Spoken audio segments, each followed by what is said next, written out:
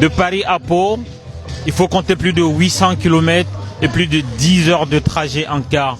C'est ce qu'une coalition d'Africains issus de tout le continent a traversé de la nuit du 12 au 13 pour rejoindre Pau, là où Emmanuel Macron n'a pas invité les 5 chefs d'État du G5 Sahel. Il les a convoqués. Et pourquoi il les a convoqués? De plus en plus sur le continent africain, il y a un sentiment de nervosité qui monte, un sentiment d'arnaque, un sentiment de déjà-vu. Depuis les indépendances, l'Afrique, et plus particulièrement l'Afrique francophone, est sous l'emprise négative de la France. Et ça, la jeunesse africaine aujourd'hui, mieux éduquée, qui rivalise avec les jeunesses du monde entier, n'est pas prête à accepter ça. Et donc de plus en plus, le rôle de la France, l'influence de la France, la partition de l'Afrique par la France est de plus en plus dénoncée, aussi bien dans la rue que dans les milieux politiques. Et là où la chose a atteint son point culminant, c'est lorsque l'artiste chanteur d'origine malienne, Salif Keïta, en presque 4 minutes, a dénoncé le rôle de la France au Mali, a nommé le président Ibrahim Boubacar Keïta, l'a qualifié d'incapable et lui a fait une injonction d'arrêter de se soumettre au président français Emmanuel Macron. Et là, en 4 minutes, Salif Keïta venait peut-être de réaliser l'album le plus réussi de toute sa carrière. 50 ans de carrière, 70 ans de vie. Il a toujours été engagé, mais les gens n'y ont pas prêté attention. Il a fallu qu'il prenne la parole dans une vidéo live sur ses comptes sociaux, une vidéo dans laquelle il dit clairement ce que pense toute la jeunesse africaine et même tous les Africains aujourd'hui. Les Africains n'en peuvent plus du rôle joué par la France globalement en Afrique et notamment au Sahel. L'onde de choc a touché Paris. L'ambassadeur de France à Bamako a tenté de donner une réponse à l'invective de Salif Keïta. Et l'Élysée lui-même, certainement a pris de panique, a immédiatement convoqué les chefs d'État du G5 Sahel, soi-disant pour qu'ils viennent clarifier leur position. Et pour rafraîchir la mémoire du public, il faut savoir que les populations en Afrique, la jeunesse africaine elle-même dénonce l'attitude des chefs d'État de ces pays du G5 Sahel en particulier, mais plus globalement de tous les pays dirigés où la langue officielle est la langue française. Et ces jeunesses-là aujourd'hui ne comprennent pas comment les présidents que eux ont, semble-t-il, élus se soumettent autant au diktat de la France. Et donc, quand Emmanuel Macron, sachant bien que les chefs d'État du G5 Sahel n'ont jamais eu une position différente de celle de la France, n'ont jamais eu un verbe plus haut que ce que Macron veut bien entendre. Quand Emmanuel Macron convoque ses chefs d'État à Pau, ça nous fait rappeler deux choses.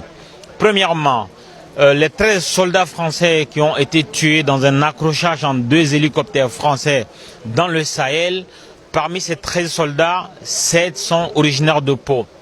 Et de la même manière que les opinions en Afrique s'élèvent petit à petit pour dénoncer le déséquilibre économique, sécuritaire, humanitaire de l'Afrique, et de la même manière les opinions en France sont en train de se poser la question sur la pertinence des opérations militaires extérieures et notamment celles du Sahel. Les populations françaises sont en train de se demander aujourd'hui si effectivement c'est tout à fait nécessaire que l'armée française aille intervenir dans une guerre qui est si lointaine de son territoire. Et donc, cela permet certainement à Emmanuel Macron d'apaiser les opinions en invitant ces 5 chefs d'État qui, avec cette manière-là de les convoquer, ressemblent plus à des coupables. C'est comme si c'était eux qui avaient tué les 13 soldats français au Sahel. Et donc, en les faisant venir manu militari à Pau, sachant que en ce moment même où je vous parle, il y a plus de 200 soldats nigériens qui ont été abattus froidement. On aurait pu reporter cette réunion-là ici à Pau. Et où on aurait pu déplacer cette réunion-là sur le territoire africain. Il aurait pu se passer à Niamey, il aurait pu se passer à Bamako, il aurait pu se passer au Burkina Faso. Chaque jour que Dieu fait, des soldats maliens sont dynamités, des soldats burkinabés sont assassinés et des soldats nigériens sont mitraillés. Et ça, c'est caché sous le silence. Il n'y a pas une solidarité internationale. Et tout ça, la jeunesse africaine n'en veut plus. Et donc cette jeunesse-là, elle a parcouru plus de 800 km de Paris, de Bordeaux, de Marseille, d'un peu partout de la France pour se rendre ici, sur le théâtre de cette convocation malsaine, irrespectueuse, condescendante de Emmanuel Macron envers les chefs d'État du G5 Sahel. Ces Africains sont simplement venus demander à la France elle-même, au lieu de demander aux Africains de clarifier leur position qui n'a jamais changé, leur position qui est systématiquement alignée sur celle de la France, la jeunesse africaine est venue demander au président Emmanuel Macron, à la diplomatie française, de clarifier sa propre position dans son rôle en Afrique. Et si elle se sent incapable de combattre le terrorisme comme elle l'avait dit, qu'elle se retire de l'Afrique. Et aussi, d'une manière plus générale, que la France arrête de se mêler des questions monétaires de l'Afrique. Pour rappel, en 2012, quand la mission Serval a été lancée au Mali, le prétexte était que si la France n'intervenait pas auprès du Mali, le Mali allait disparaître. Si la France n'intervenait pas auprès du Mali pour l'aider, le Mali ne pouvait pas se défendre contre les terrorismes. Et en cette époque-là, on n'avait pas autant de victimes. La gangrène ne s'était pas autant généralisée sur tout le Sahel. Plusieurs années, 7 ans après l'intervention de la mission Serval, qui a échoué, qui a été mieux en mission Barkhane, qui elle-même a échoué, qui a tenté d'instituer le G5 Sahel, la gangrène a touché tout le Sahel.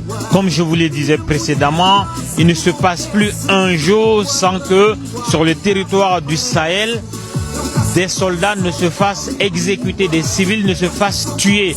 La quiétude est partie. La paix est partie. La sécurité n'est plus résiduelle comme l'État malien a bien voulu le faire savoir. Et là, aujourd'hui, les opinions africaines veulent prendre leurs responsabilités. Elles veulent que la France, soit elle se bat de façon digne et honnête auprès des armées africaines, soit elle lève l'ancre. Voilà en substance le message que les Africains sont venus faire passer ici à Pau, là où, je rappelle, Emmanuel Macron a convoqué, il n'a pas invité, il a convoqué les 5 chefs d'État du G5 Sahel ici à Pau.